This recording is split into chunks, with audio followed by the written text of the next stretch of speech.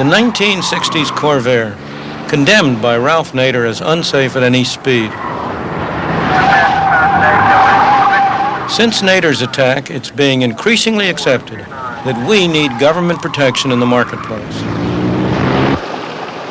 Today, there are agencies all over Washington where bureaucrats decide what's good for us.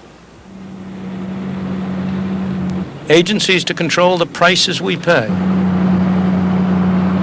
the quality of goods we can buy, the choice of products available. It's already costing us more than $5 billion a year.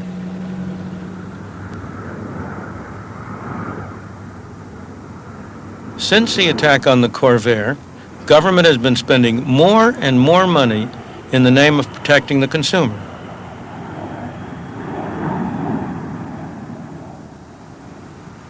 This is hardly what the third president of the United States, Thomas Jefferson, whose monument this is, had in mind when he defined a wise and frugal government as one which restrains men from injuring each other and leaves them otherwise free to regulate their own pursuits of industry and improvement.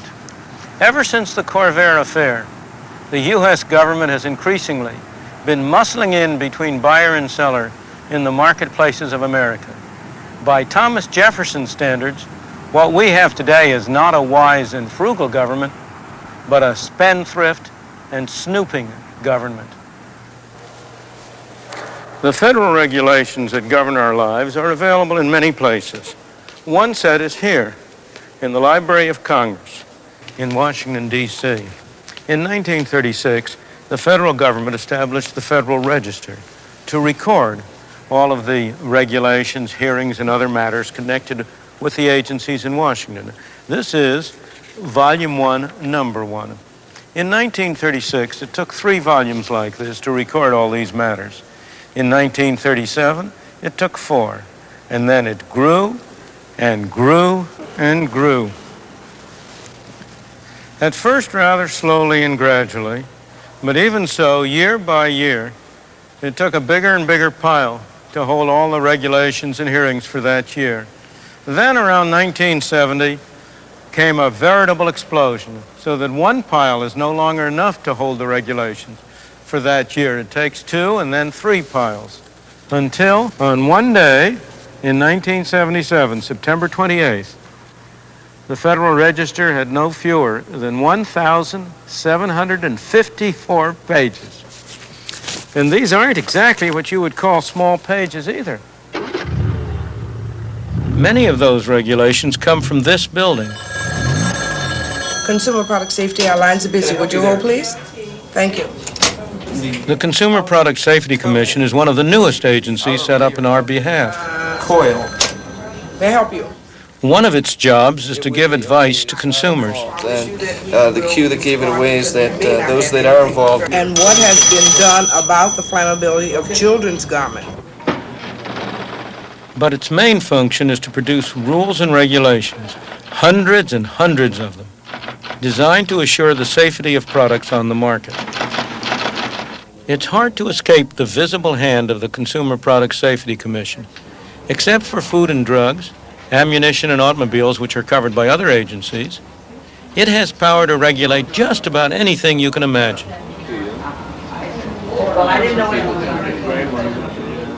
Already, it costs $41 million a year to test and regulate all these products on our behalf. And that's just the beginning. The Commission employs highly trained technicians to carry out tests like this, checking the brakes on a bike.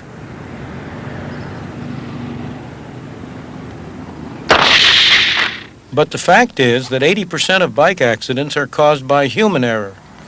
These tests may one day lead to safer brakes, but even that isn't sure.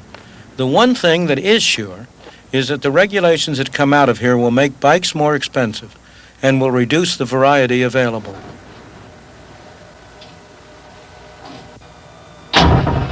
Yes, they really are testing how matches strike.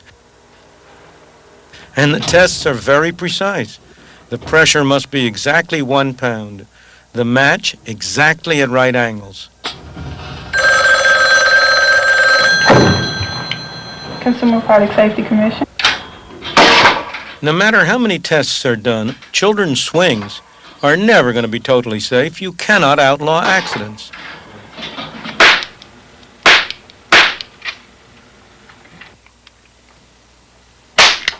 If you try, you end up with ludicrous results.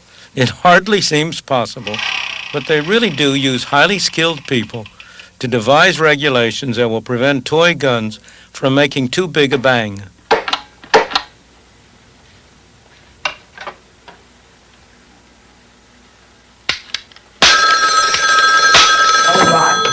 Consumer Product Safety. The Commission, in effect, is deciding what they think is good for us. They are taking away our freedom to choose. Okay.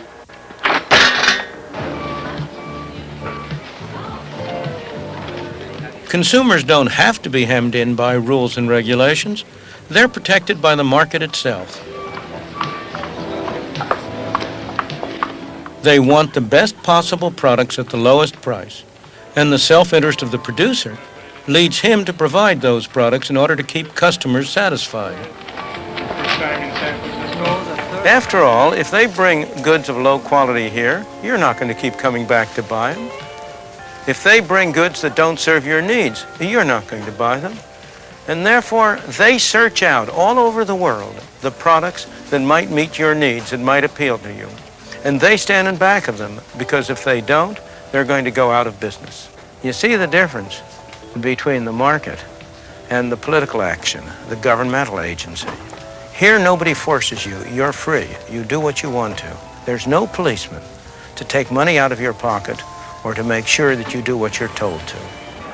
Over a quarter of a century ago, I bought secondhand a desk calculator for which I paid $300.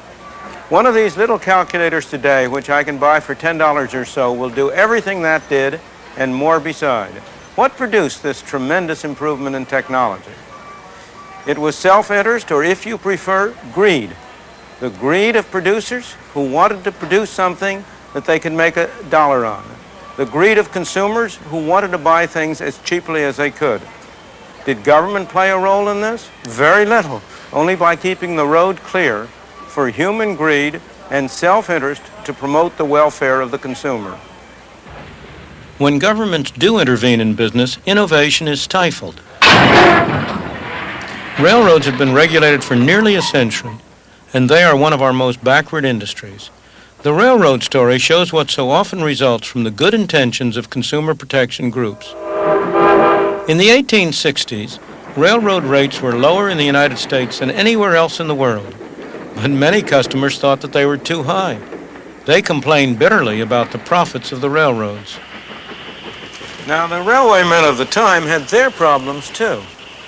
Problems that arose out of the fierce competitiveness among them. Many railroads, all trying to get their share of the market, all trying to make a name for themselves. If you want to see what their problems were as they saw them, come and have a look at this.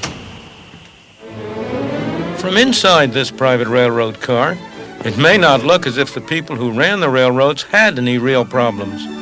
Some, like the owner of this private car, had done very well.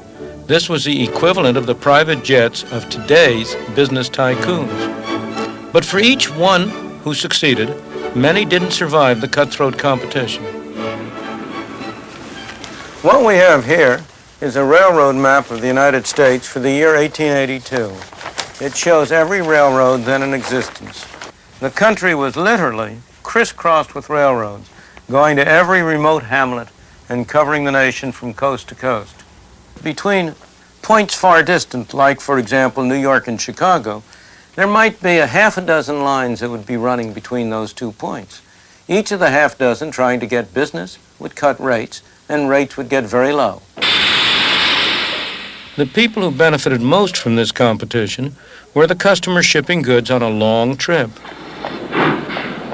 On the other hand, between some segments of that trip, say, for example, Harrisburg and Pittsburgh, there might be only a single line that was running, and that line would take full advantage of its monopoly position. It would charge all that the traffic would bear. The result was that the sum of the fares charged for the short hauls was typically larger than the total sum charged for the long haul between the two distant points. Of course, none of the consumers complained about the low price for the long haul, but the consumers certainly did complain about the higher prices for the short hauls, and that was one of the major sources of agitation leading ultimately to the establishment of the Interstate Commerce Commission. The cartoonists of the day delighted in pointing out that railroads had tremendous political influence, as indeed they did. They used the consumers' complaints to get the government to establish a commission that would protect the railroads' interests. It took about a decade to get the commission into full operation. By that time, needless to say, the consumer advocates had moved on to their next crusade. But the railwaymen were still there. They had soon learned how to use a commission to their own advantage. They solved the long-haul, short-haul problem by raising the long-haul rates. The customers ended up paying more, some protection. The first commissioner was Thomas Cooley, a lawyer who had represented the railroads for many years. The railroads continued to dominate the commission. In the 1920s and 30s, when trucks emerged as serious competitors for long-distance hauling, the railroads induced the commission to extend control over trucking. Truckers, in their turn, learned how to use a commission to protect themselves from competition. This firm carries freight to and from the Dayton, Ohio International Airport. It's the only one serving some routes, and its customers depend on it. But Dayton Air Freight has real problems. Its ICC license only permits it to carry freight from Dayton to Detroit. To serve other routes, it's had to buy rights from other ICC license holders, including one who doesn't own a single truck. It's paid as much as $100,000 a year for the privilege. Our company is in the process of trying to get rights to go there now. Yes, we'll do that, and thank you for calling, sir.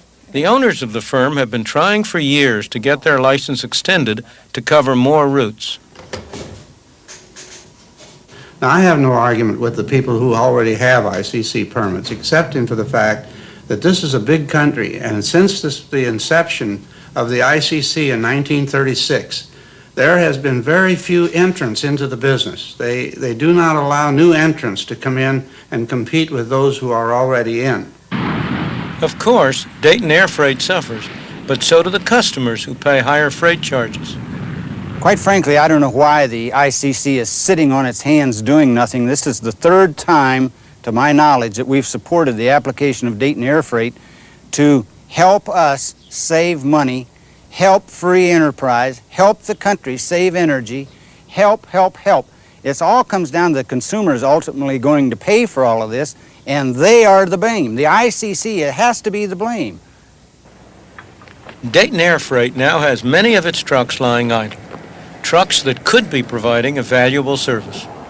Far from protecting consumers, the ICC has ended up making them worse off. As far as I'm concerned, there is no free enterprise in interstate commerce. It no longer exists in this country. You have to pay the price, and you have to pay the price very dearly. That not only means that we have to pay the price, it means that the consumer is paying that price. The price consumers pay when it comes to medicine could be their lives. In the 19th century, pharmacies contained an impressive array of pills and potions. Most were ineffective, and some were deadly.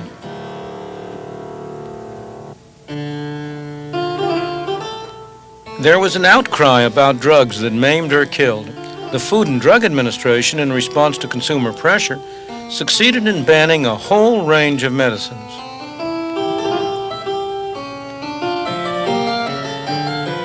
The tonics and lotions, with their excessive claims, disappeared from the market. In 1962, the Kefauver Amendments gave the FDA power to regulate all drugs for effectiveness as well as for safety. Today, every drug marketed in the United States must pass the FDA. It's clear that this has protected us from some drugs with horrific side effects, like thalidomide. And we all know of people who have benefited from modern drugs. What we don't hear much about, however, are the beneficial drugs that the FDA has prohibited. Well, if you examine the therapeutic significance of drugs that haven't arrived in the U.S.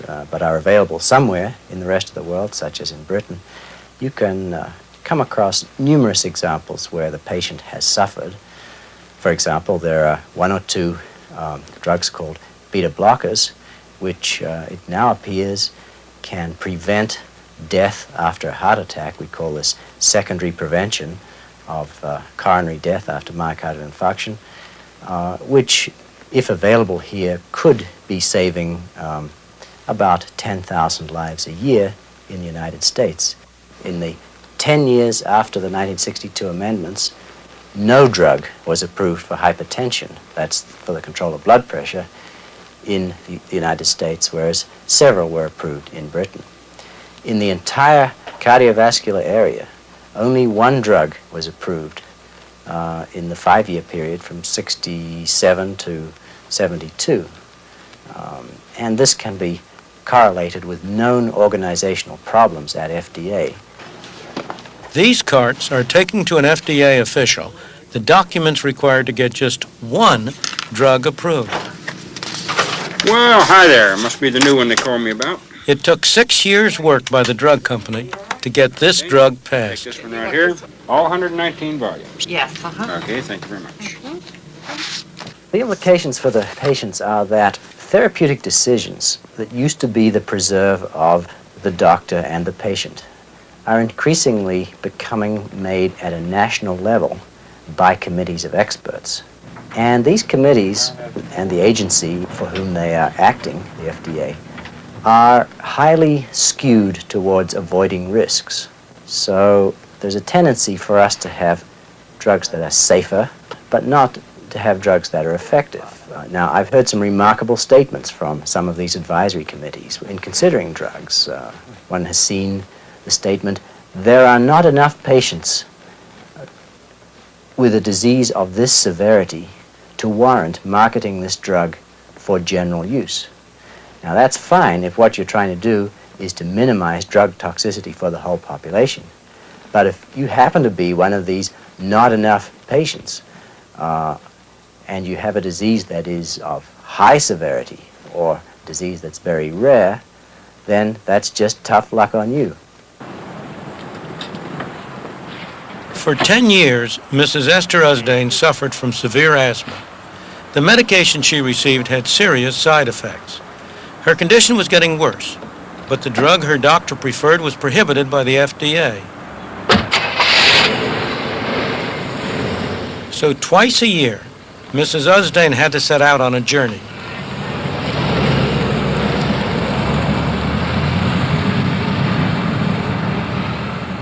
I had been very sick. I had been in and out of the hospital several times, and they couldn't seem to find a way to control the asthma, and I had to change my lifestyle once I was out, even for a short time, mainly because the cortisone derivatives were softening the bones and causing a puffiness of the face and other changes in my body.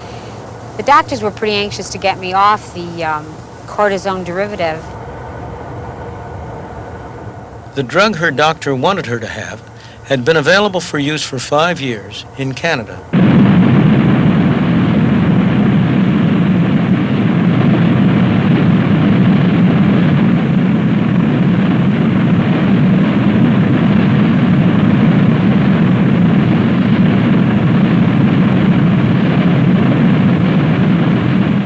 Once across the border at Niagara Falls, Mrs. Usdane could make use of a prescription that she'd obtained from a Canadian doctor.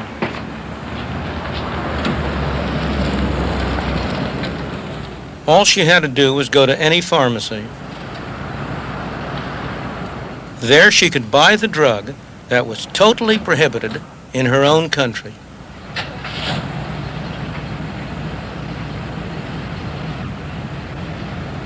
The drug worked immediately. This one made such a difference in my life, both because of the shortness of breath being resolved, and also because now we didn't have to worry so much about the softening of the bones. Fortunately, once I got that medicine, very quickly, everything sort of reverted back to much more of a normal lifestyle. And I'm very grateful that I was able to find relief. It was easy for Mrs. Usdane to get around the FDA regulations because she happens to live near the Canadian border. Not everyone is so lucky. It's no accident that, despite the best of intentions, the Food and Drug Administration operates so as to discourage the development and prevent the marketing of new and potentially useful drugs. Put yourself in the position of a bureaucrat who works over there. Suppose you approve a drug that turns out to be dangerous, a thalidomide. Your name is going to be on the front page of every newspaper. You will be in deep disgrace.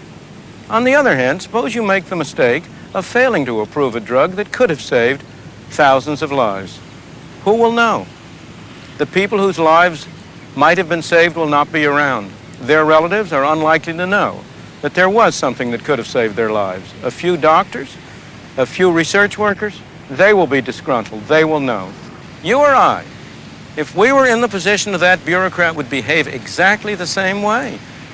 Our own interest would demand that we take any chance whatsoever, almost, of refusing to approve a good drug in order to be sure that we never approve a bad one.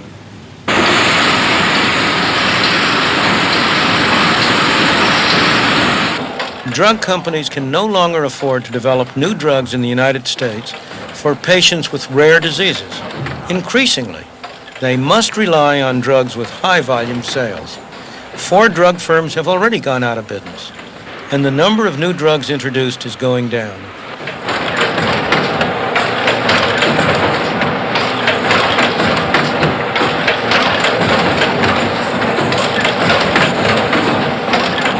And where will it all lead? We simply haven't learned from experience. Remember Prohibition? In a burst of moral righteousness at the end of the First World War, when many young men were overseas, the non-drinkers imposed on all of us prohibition of alcohol. They did it for our own good, and there is no doubt that alcohol is a dangerous substance. Unquestionably, more lives are lost each year through alcohol and also the smoking of cigarettes than through all the dangerous substances that the FDA controls. But where did it lead? This place is today a legitimate business. It's the oldest bar in Chicago, but during Prohibition days, it was a speakeasy. Al Capone, Bugs Moran, many of the other gangsters of the day sat around this very bar planning the exploits that made them so notorious. Murder, extortion, hijacking, bootlegging. Who were the customers who came here? They were people who regarded themselves as respectable individuals, who would never have approved of the activities that Al Capone and Moran were engaged in. They wanted a drink, but in order to have a drink, they had to break the law. Prohibition didn't stop drinking, but it did convert a lot of otherwise law-obedient citizens into lawbreakers. Fortunately, we're a very long way from that today with the prohibition on cyclamate and DDT. But make no mistake about it, there is already something of a gray market in drugs that are prohibited by the FDA. Many a conscientious physician feels himself in a dilemma, caught between what he regards as the welfare of his patient and strict obedience to the law. If we continue down this path, there is no doubt where it will end. After all, if it is appropriate for the government to protect us from using dangerous cap guns and bicycles, the logic calls for prohibiting still more dangerous activities such as hang gliding, motorcycling, skiing. If the government is to protect us from ingesting dangerous substances, the logic calls for prohibiting alcohol and tobacco. Even the people who administer the regulatory agencies are appalled at this prospect and withdraw from it. As for the rest of us, we want no part of it. Let the government give us information, but let us decide for ourselves what chances we want to take with our own lives. As you can see, all sorts of silly things happen when government starts to regulate our lives, setting up agencies to tell us what we can buy, what we can't buy, what we can do. Remember, we started out this program with the Corvair, an automobile that was castigated by Ralph Nader as unsafe at any speed. The reaction to his crusade led to the establishment of a whole series of agencies designed to protect us from ourselves.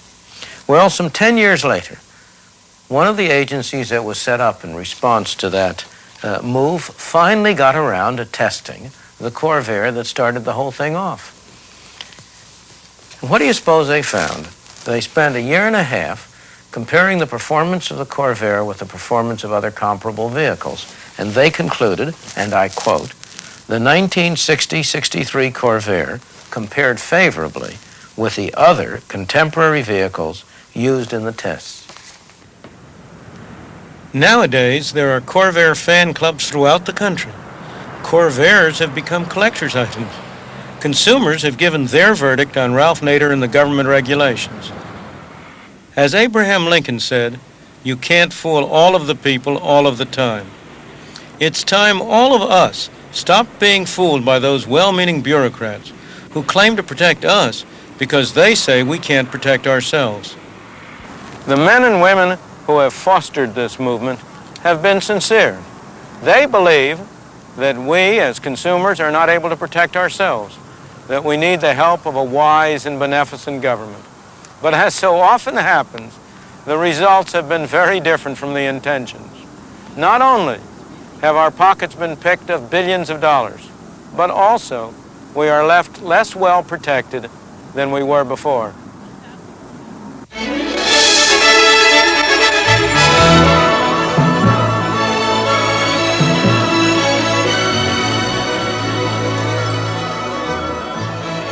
Now, back here at the University of Chicago, the consumerists themselves get their chance to argue their case. I agree with Mr. Friedman with respect to those agencies which have had the major purpose of economically propping up a certain industry, which is why consumer advocates like myself advocate the elimination of the ICC, the CAB, the Maritime Commission. But when you're talking about consumer protection in the marketplace, and when you're talking about government watchdogging competition, consumers need, and as every poll is showing, they're demanding more and more protection. And to give just two examples of how information is simply not enough to protect the consumer. 5 years ago, I could not have bought a child's crib in this country that would have had the slats sufficiently close together that I did not have to worry about the child strangling. Not until the government and the Consumer Product Safety Commission stepped in did consumers then have the choice to buy that type of a crib. Strangulation's down 50%. And in 1975, if I had wanted to lease a Xerox machine, I could not have done it. And not until the Federal Trade Commission Antitrust stepped in and forced competition into that marketplace did I have that choice. And in 1 year, the price went from $14,000 down to $5,000. Those are dollars back in our pocketbooks, to say nothing of minimized emotional trauma. Well, before we ask Milton Friedman to come back on that, let's establish the viewpoint of our other participants and experts. Dr. Richard Landau, what's your reaction? Well, I think the cost is certainly outrageously large, and the benefits are trivial, if any. I think that perhaps Milton overstates it slightly to make his point, but basically I would have to agree with it in the area that I know best, which is the regulation of new drug development. And Joan Claybrook? Well, in the auto safety field, we've saved about 55,000 lives and millions of injuries because of auto safety regulations since the mid-1960s. I might also comment that the cost of auto crashes each year to the American public is $48 billion a year. Fairly substantial when you compare it to other things, much less, again, the human trauma. Bob Crandall. Well, I think it's impossible to disagree with Milton Friedman on the effects of economic rate regulation of the sort that the railroads and the trucking industry have been through. The intent of that legislation was, of course, to protect the railroads and to protect the trucks, and the same thing is true for maritime regulation. What sustains regulation is sort of a populist theory that somehow through government we will redistribute wealth from people who own business firms to consumers. In fact, it doesn't work that way. It doesn't work that way in economic regulation, and there's very little evidence that it works that way in any kind of regulation. As to whether we get any value from health and safety regulation, I think much of it is too new to know. Well, now that's where the area I want to start with, because remember that was the first part of his argument, the whole idea of consumer product safety action by the state. Now, is that so far working? Very close to your interest, I know. What's your reaction, Kathleen O'Reilly? Well, on product safety, in the state of that, the lawnmower industry had said for 20 years they could not design a safe lawnmower. Only when the Consumer Product Safety Commission forced them with the new standard, suddenly their creative genius was overnight. They came up with net whips that were made out of plastic, and they came up with very innovative forces, which is why that government presence actually triggered innovation that otherwise would have been left uncovered. It's very easy to see the good results. The bad results, it's very much harder to see. You haven't mentioned the products that aren't there because the extra costs imposed by Consumer Product Safety Commission have prevented them from existing. You haven't mentioned the case of the Tris problem on the flammable garments. Here you had a clear case where a regulation of the CPSC essentially had the effect of requiring all manufacturers of children's sleepwear to impregnate them with Tris. Oh, but that's not 3 years, 5 years later, the regulation required the garments to be non-flammable, and as it happened, Tris was the most readily available chemical which could do it. Kathleen O'Reilly? That's absolutely not true. But let me finish the story first, because the second half of the story is the important part of it. It turned out that Tris was a carcinogen. And 5 years later, or 3 years later, I'm not sure the exact time, the same agency had to prohibit the use of those sleepwear garments, forced them to be disposed of at great cost to everybody concerned. All right, let's look at the real interesting history here. In 1968, when Congress passed the Flammable Fabric Act, they did not tell the CPSC what chemicals would comply with that and what would not. And so initially when industry said, we're going to use Tris, the Consumer Product Safety Commission, from their initial test, were disturbed by it and had announced informally to industry that they were not going to allow Tris to be used. Industry balked and said, we're going to take you to court because the act only says it has to be flame retardant. You, the government, cannot tell us how to comply. And it was the industry that forced the hand of CPSC away, and they don't even deny that now. I'm not trying to defend the industry. Go slowly. I am not pro-industry. I am pro-consumer, unlike you. I'm not pro-industry, and of course industry will do a lot of bad things. The whole question at issue is what mechanism is more effective in protecting the interests of the consumers, the dispersed, widespread forces of the market. Take the case of the flammable fabrics. Suppose you had not had the requirement. You believe it was right to test them, don't you? For a government agency to test them? No, not at all. No. There are private consumer testing agencies. There's the Consumers Research. There's Consumers Union. You speak about a widespread demand for more protection. Those agencies have those organizations. They have all these publications on cars, so what they do is they test the brakes and steering. They never crash test them, and the most important thing to know about a car when you buy it is if the car crashes, are you going to be killed unnecessarily? So you can't even get that information. But the reason they don't test them, it's too expensive. That's the reason why. Of course, and why is it too expensive for them? Because the number of consumers who are willing to buy their Surface and take it is very, very small. That is not why. The reason why is because it's enormously expensive. Of course, but if they had a large enough number of customers, if there were enough customers, enough consumers... Yes, but that's a chicken and egg situation, which is ridiculous. It's not a chicken and egg situation. If you believe that technological information is important for consumers to have, which is the basis and the thesis of your argument, surely that you would say that one of the things that society does is it groups together to provide basic services to the public, police, traffic services, all sorts of basic kinds of things, the mail service and the fire service and all the rest of it. Why is it that they shouldn't even do testing of technological subjects which the public have no way of knowing? Before you reply, I want one or two others in on this. It seems to me that Professor Friedman could give a little bit on this ground. Certainly in the dissemination of information is a free rider problem. And one of the problems is that while you and I might value the results from a consumer union rather highly, we don't have to pay for it. We can look over the shoulder of someone else, borrow the magazine from the library, and so forth. I wouldn't go so far as to say that the government should not at all be in the business of generating information, though I am concerned about exactly the same forces, this evil industry that Ms. O'Reilly talks about, having its influence on how this information is prepared. I don't see how we guard ourselves against that. But it seems to me that there is a case to be made that the market does not supply enough information.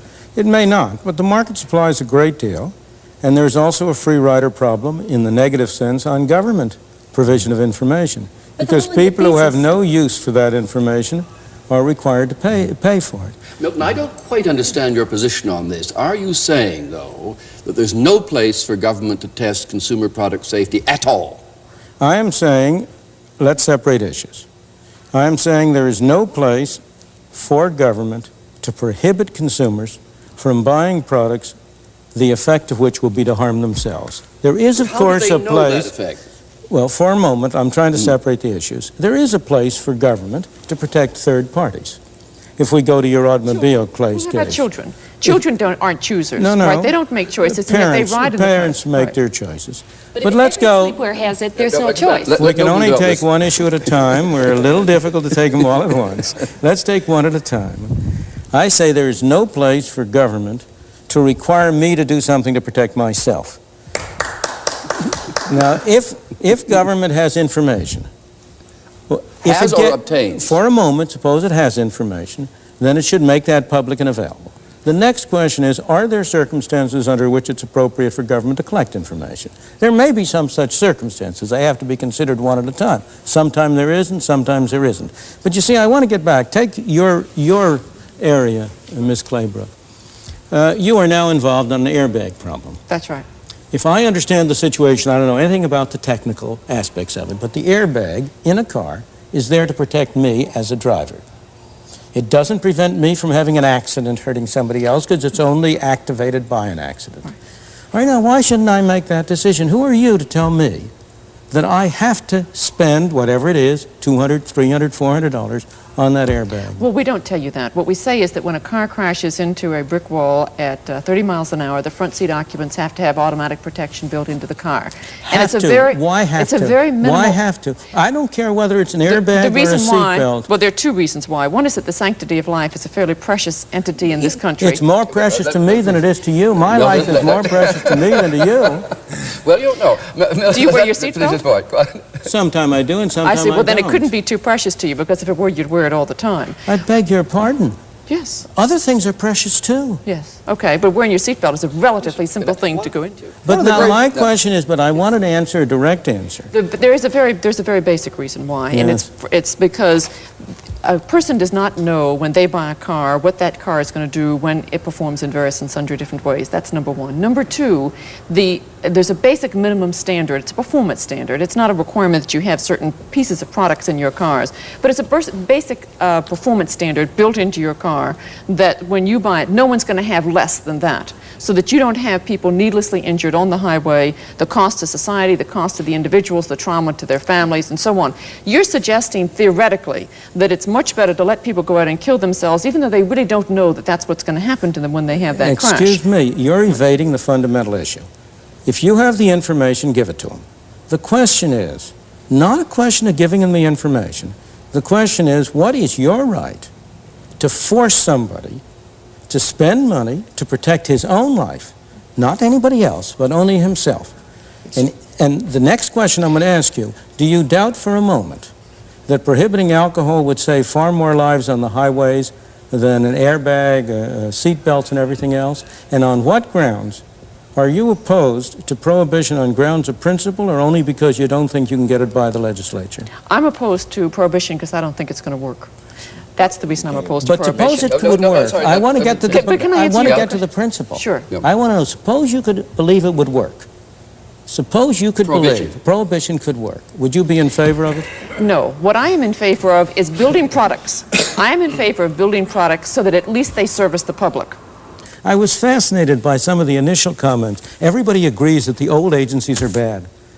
But the new agencies that we haven't had a chance to... No, you're trying to sweep them into your net. They didn't agree with that. But anyway... It was regulatory. It was talk about if the basic principle is Give me the information, let me choose for myself. If that's the ultimate goal, why is it that in any hearing that you've ever gone to, and I beg anyone to find me an exemption, whether it's airbags or on DES, saccharin, whatever, you never have the victims of the injury who lost their arm because of a lawnmower standing up and saying, thank God that you gave me the right to become incapacitated. Never do you hear a victim thanking the government for backing off. Never do you hear the victim of an anti-competitive action thanking the Justice Department for not bringing a suit. Dr. Landau, I promised you could make an observation on that without going into great detail. Now, when DES was used to preserve pregnancies in women 25 and 30 years ago, there was absolutely zero evidence that it would cause cancer in anybody, certainly not in the children of the women who were pregnant. And for you to say that it is... ignoring the 1941 studies that showed just that. There is no 1941 study. This happens to be my area of expertise. I'm an endocrinologist.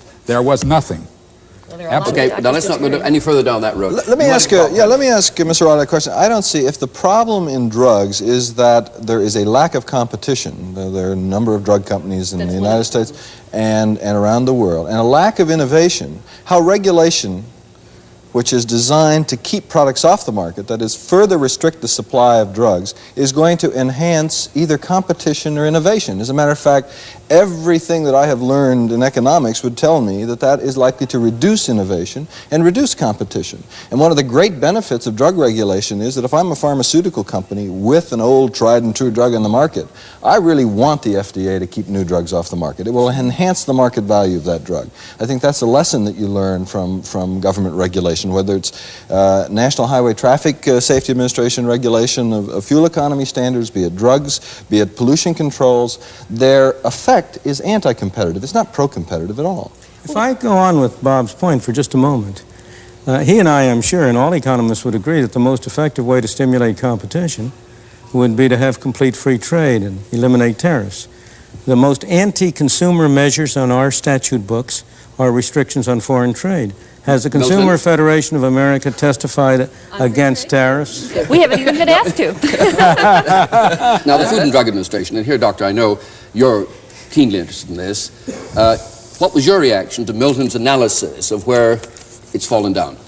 Well, I think it's even worse than Milton's analysis or Dr. Wardell's analysis of it. If one could look at the past 25 or 30 years of new drug innovation, one could see that most of the drugs that you all would regard as miracle drugs were developed before the Kefauver amendments.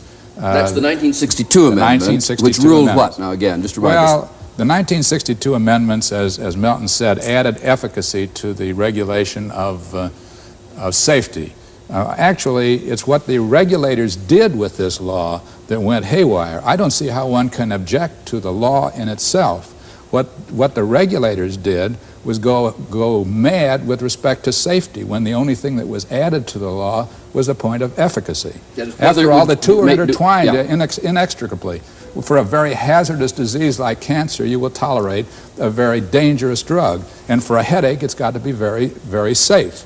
Now, this we've known all the time, but the regulators have gone to the point of utilizing some hysteria over thalidomide and new legislation, which I think was originally designed by Kefauver to get himself to be president by lowering the cost of drugs, to make regulations which are absolutely obstructive. So now, instead of 75% of the new drugs used in this country being developed in this country, less than 25% of them are. They're being developed elsewhere. Now, could we just clarify this point, though? Are you saying there should not be government intervention in the food and drug field of that kind, or is it simply the policy adopted by the FDA or imposed on it by the Kefauver Amendment is where it went wrong?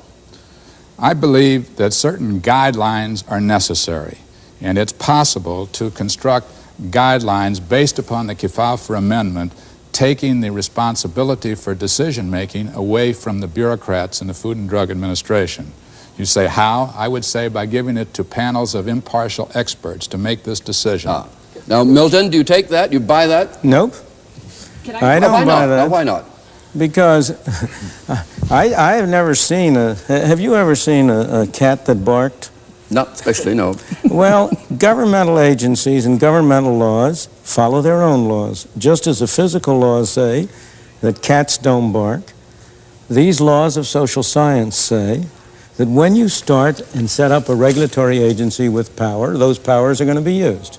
I want to move on, though, to the third area that Milton chose, the Interstate Commerce Commission, as an illustration. Now, this is closer to your line of country, Bob. And what is your reaction, first to his analysis, and what do you think needs doing about it? Well, you're not going to get much dispute from, I don't think, anybody sitting around here as to what the benefits or costs of rate regulation in transportation are. The only group that you will find now supporting continued regulation there would be the American Trucking Association, and they can't even make a very persuasive case or one that is consistent from one day to the next. There simply is no good reason for continuing this type of regulation. It might continue longer than, say, airline regulation did, because the number of people whose wealth has been enhanced by this regulation, that is, people who drive trucks, people who own licenses to operate, to haul only hardbound books between Peoria and Springfield, Illinois, or something of that sort, those people are very numerous. And it's going to be very hard to do something about it. But does this prove anything about the nature of government intervention and regulation,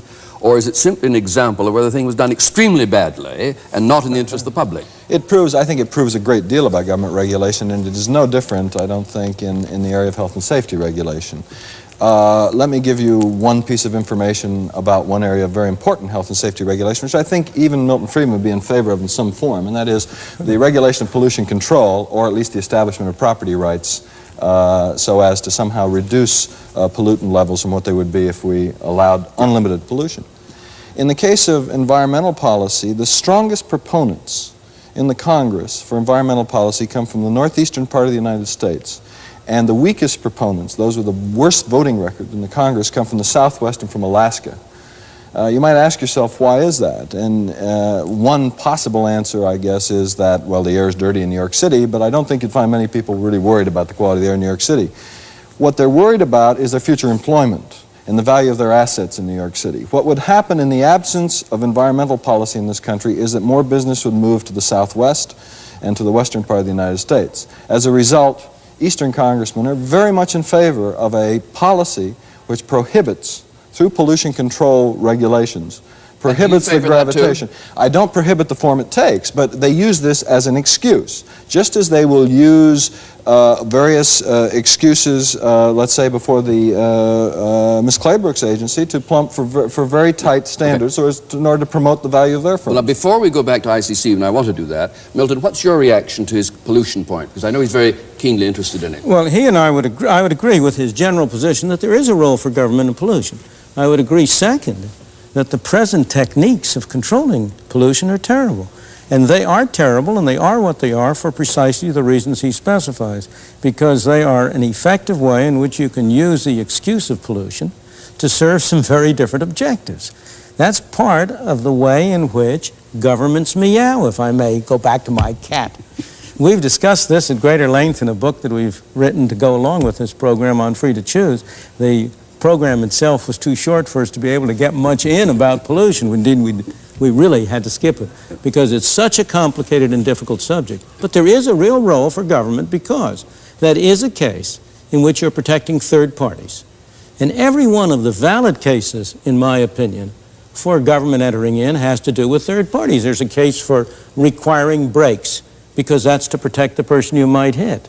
That's wholly different. There's no case for requiring an airbag, in my opinion, but there is a case for requiring good brakes. Do you accept that distinction, by the way? No, because when you're injured because of a failure to use a passive restraint, I am in a sense going to have to help pick up part of your medical bills, part of your insurance rates because they're spread across. Absolutely. And so only on Gilligan's Island, when you have 6 or 9 people not interacting such that all of society is affected, does your distinction have any validity? The same thing is true in alcohol. When you're sick from alcoholism, who pays for it? On the alcohol, the studies have only shown excessive amounts of alcohol to be injurious. Speaking of accident, what about cirrhosis of the liver, my dear? It's a very common all of the reasons why we need and expensive disease.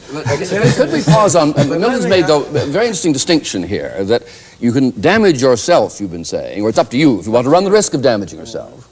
But can you make the distinction? Let me go back to her question, because she says, no, we mustn't do that, because a fellow who hurts himself is going to go to a government-subsidized hospital. Not just government, but it's more than that. It's other parties' liability as well. Answer that issue with it. Go slowly. Let me separate the two issues, because I really want to get to this, because your answer is a very favored one, and there is an element of validity to it. Of course. Well, it's only because we've made two mistakes. But you don't have to be in a government hospital for it to be valid, because when you're in traction... Hold on for a moment. Hold on for a moment. The problem with your answer is that you're saying one wrong justifies another. I believe that we ought to have much less government intervention into those areas as well. And I am not willing to follow a policy which implies saying, that every person goes around with a sign on his back saying, property of the U.S. government, do not mutilate, spindle, or bend. Do you favor the government intervention in those areas where, for example, the bar associations and the eyeglass industry were not allowing their members to advertise? And then the Federal Trade Commission stepped in, and now consumers have the ability to make those kinds of comparisons. You're getting into another area, but the answer, the brief answer, because we oughtn't to discuss it here, I am against those governmental measures which have enabled the organizations to have the power to prevent advertising, but namely there were no licensure. government. Now, that wasn't... Now, look, I want to go back.